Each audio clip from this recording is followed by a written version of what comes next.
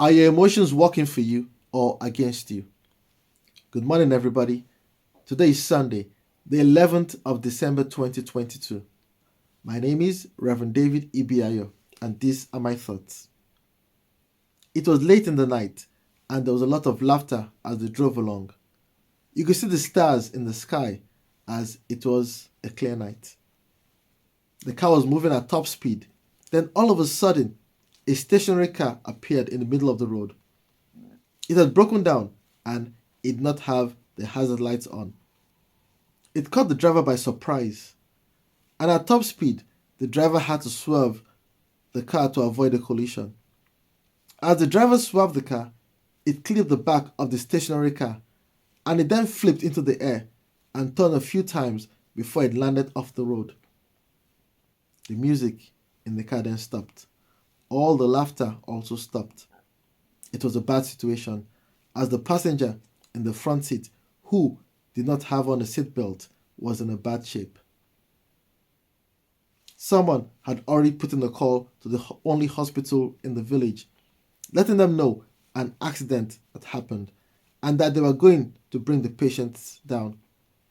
The hospital staff then sprung into action to prepare for the patients they were about to receive.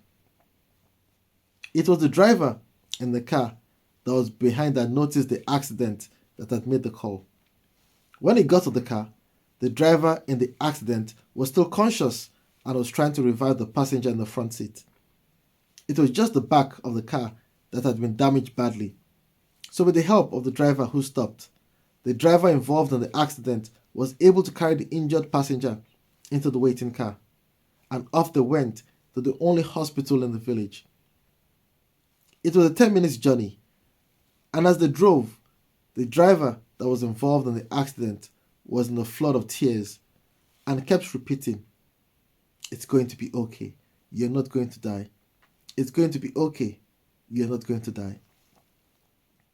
As they got into the hospital grounds, the hospital staff rushed out with a stretcher, and they placed the patient on a stretcher.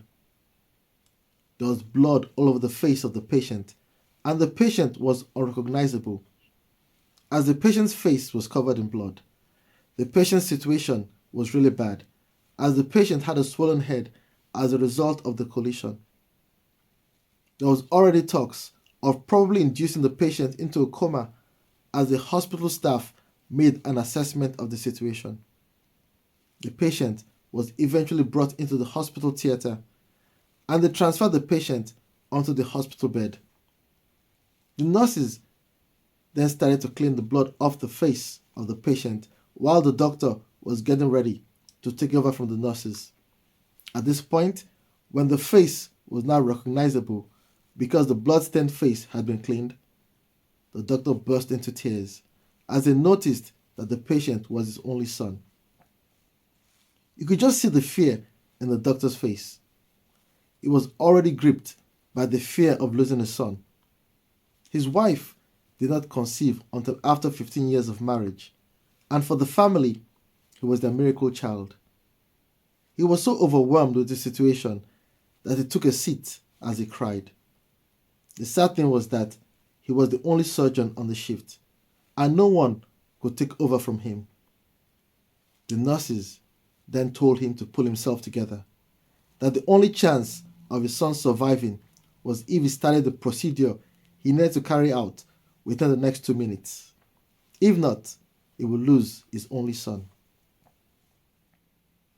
Do you find yourself in a situation whereby you are overwhelmed by your emotions? Your emotions are meant to work for you and not against you. You have to pull yourself together to stand a chance of getting the outcome you want in life. Your tears might remind you of how much things mean to you, but tears alone will not give you the outcome you want.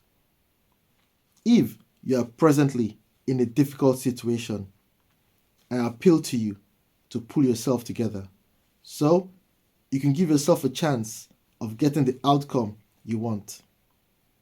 We read the following in Ecclesiastes chapter 3, verse 1, and the first sentence of verse 6. There is a time for everything and a season for every activity under heaven.